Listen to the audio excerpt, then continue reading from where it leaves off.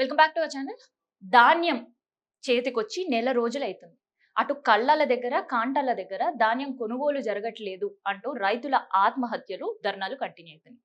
మే 15 తారీఖున ముఖ్యమంత్రి ఆదేశాలు కలెక్టర్లకి. అయినా కూడా చాలా లైట్‌గా తీసుకుంటున్నారు కలెక్టర్లు. సో ఆ వార్తలు కూడా పేపర్ల నిండా, ఛానెళ్ల నుంచే చూస్తున్నాం.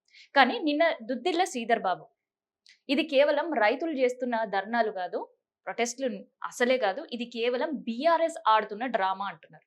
కానీ అదే పార్టీకి సంబంధించిన ఎంపీ పెద్దపల్లి వంశీ, ఇది ఎస్టీ నియోజకవర్గంలో జరుగుతున్న ఒక దారుణం.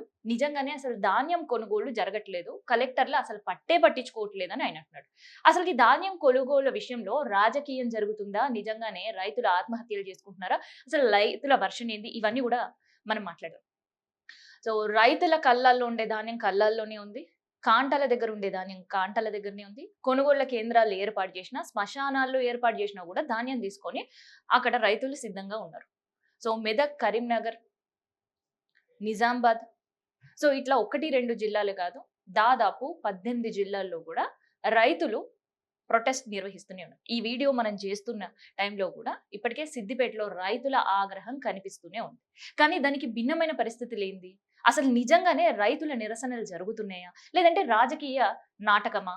సో రైతుల గురించి ఒక్కసారి ఈ విషయం పైన మనం డిస్కస్ చేసే ముందు రైతుల వర్షన్ విందాం. అసలు రైతులు ఏమంటున్నారు దీనికి సంబంధించి అనేది.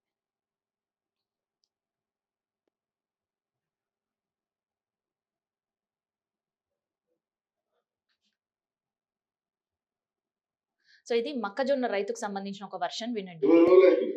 20 రోజుల నుంచి కనీసం ఒక బస్తాల కాట పెట్టిరని నా భర్త రోజు లీటర్ పెట్రోల్ బంకు పోతే 500 ఇవి ఈ ఖర్చులు.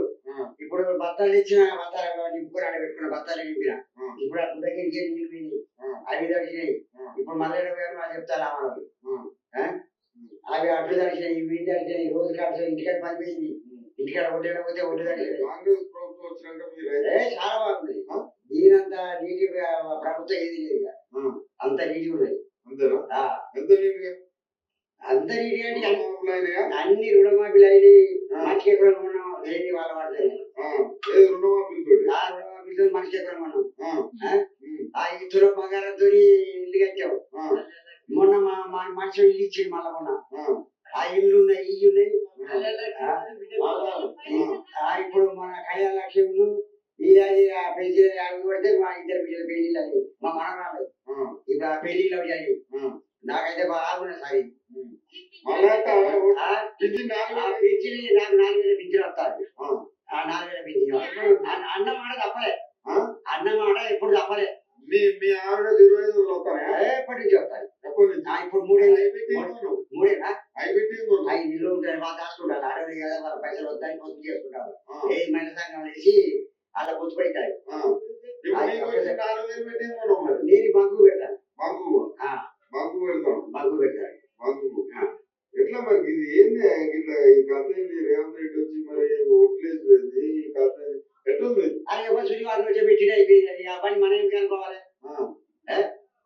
ఎందుకు ఇది వచ్చేందుకు రాజేందుకు ప్రభుత్వం ఏంది జనాలు రావాలి ఇప్పుడు ఏంది? ఎందుకు కాకపోతే నేను గుణమా శాత కదంటే కాకపోతే ఏమన్నా అమ్ముకుంటూ అయిపోతే 20 రోజులు కానీ తిరుగుడు ఏంది, కేసు ఏంది? రోజుకి 500 ఖర్చు. ఇంటికి పైపై పెట్టిన పిల్లలు పెట్టుకొని ఇలా పంటాలని.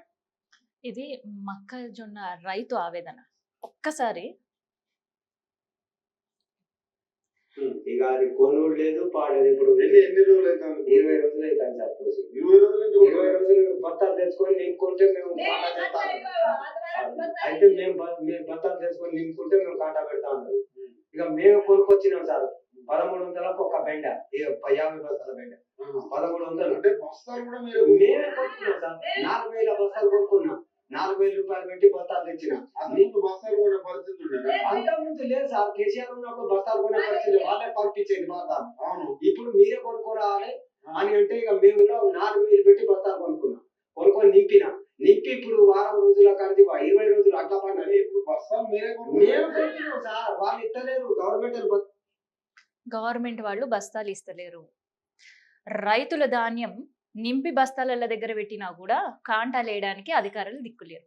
మరి మే 12వ తారీఖున అంటే మే 10, 11 ఈ 2 రోజులు బీఆర్ఎస్ సంబంధించిన ఎమ్మెల్సీలు, ఎమ్మెల్యేలు, కార్యకర్తలు అందరూ కూడా గ్రామాల్లోనే ఉన్నారు. ధాన్యం కొనుగోలు సెంటర్ దగ్గర 33 జిల్లాల్లో ఒక్కసారిగా నిరసనలు. ఎక్కడికక్కడ రోడ్ల పైన కూర్చొని నిరసనలు తెలిపిన పరిస్థితి. సో ఇవన్నీ చూసిన తర్వాత సీఎం సార్ స్పందించండు. మనం సీఎం సార్ స్పందించండు అనే వీడియో కూడా ఒకటి చేసినాం. వెంటనే స్పందించడంతో పాటు కలెక్టర్లకు ఆదేశాలు కూడా జారీ చేశారు. మరి కలెక్టర్లు ఎందుకు సీఎం సార్ ఆదేశాలు లైట్ తీసుకుంటున్నారు? సో నిజంగా లైట్ తీసుకుంటున్నారా, లేదంటే మనం అట్లాంటి మాటలు చెప్పుకుంటున్నాం అంటే రైతుల వర్షన్ విన్న తర్వాత మీకు అర్థమై ఉంటుంది. సో ఎక్కడ కూడా కొనుగోళ్ల కేంద్రాల దగ్గర సపోజ్ ఒక 100 కొనుగోలు కేంద్రాలు ఉంటే అక్కడ 70% కొనుగోళ్ల కేంద్రాల దగ్గర కొనుగోళ్లు జరగట్లేవు. రైతుల నిరసన కార్యక్రమాలు మాత్రమే జరుగుతాయి. సో ఆ నిరసన కార్యక్రమాలు ఎందుకు జరుగుతున్నాయి అనే దానికి ఇందాక రైతుల మాటలు విన్నాం. అయితే కేవలం నిరసనలు మాత్రమే కాదు, కొంతమంది రైతులు అకాల వర్షాలు కూడా పడ్డాయి ఈ 2-3 రోజుల్లో. సో అకాల వర్షానికి ధాన్యం అంతా తడిచిపోయింది. ఆ ధాన్యాన్ని మళ్ళీ కొనుగోలు సెంటర్ దగ్గర తీసుకొస్తే మేము కొనమని వాళ్ళు ఎండబెట్టడం, వనగళ్ళ వర్షం పడడం, వడ్లన్నీ కూడా తడిచిపోవడం. సో మక్కల పరిస్థితి కూడా ఇట్లే. ఏం చేయాలో అర్థం కాక పంట నాశనం అయిపోయింది, నష్టం అయిపోయినాం, అప్పులు తీర్చలేమని ఈ 2 రోజుల నుంచి 3 రోజుల నుంచి కంటిన్యూగా రైతుల ఆత్మహత్యలు చూస్తున్నాం. సో ఈ రైతుల ఆత్మహత్యలకు సంబంధించి కూడా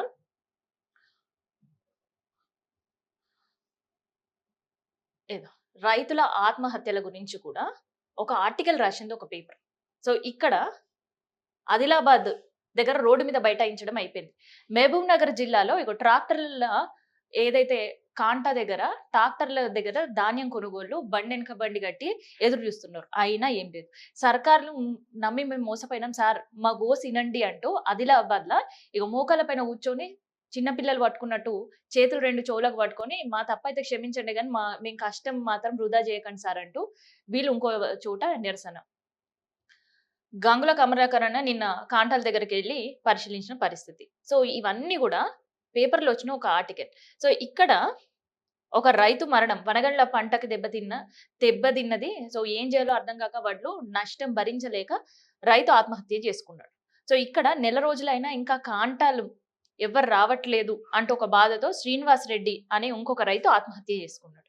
సో ఇట్లా ఆత్మహత్యలు పెరుగుతున్నాయి రైతులకు సంబంధించి. ధాన్యం కొనుగోలు గురించి ఇంకా రైతులు నిరసన వ్యక్తం చేసి, ధర్నాలు చేసి, ప్రభుత్వం వరకు చేర్చాలనే ప్రయత్నం చేసి, కొంతమంది ఇంకా ప్రభుత్వం స్పందించట్లేదు, రైతు బంధు ఎట్లా చేసిందో సేమ్ హ్యాస్టీస్ ఇట్లాగే చేస్తుందా, లేదంటే రైతు భరోసా ఎట్లా వ్యవహరించిందో హ్యాస్టీస్ సేమ్ అట్లనే వ్యవహరిస్తుందా అని ఒక భయంతో ఆత్మహత్యలు చేసుకుంటారు.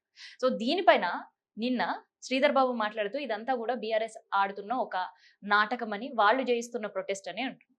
సో కాసేపటికి బీఆర్ఎస్ చేస్తున్న ఒక ప్రొటెస్ట్ అని అనుకుందాం.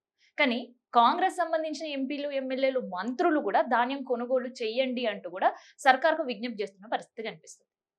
సో మరి ధాన్యం కొనుగోళ్ల విషయంలో ఇప్పటికైనా రాజకీయాలు ఆపి కలెక్టర్ల ఆదేశాలతో మాత్రమే కాకుండా అసలు వాళ్ళు ఏం చేస్తున్నారు అనేది కూడా నియోజకవర్గంలో మంత్రులు పట్టించుకోవాలి. నియోజకవర్గంలో మంత్రులు కనుక పట్టించుకోకపోతే ఏమవుతుందో అది కూడా చెప్తాను నేను.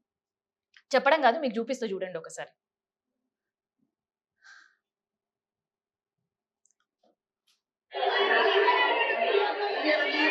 ఇక్కడ కనిపిస్తుంది వీడియోలో ఎవరు తెలుసా? ఆది శ్రీనివాస్. సో ఆది శ్రీనివాస్ వేములవాడకి వెళ్తే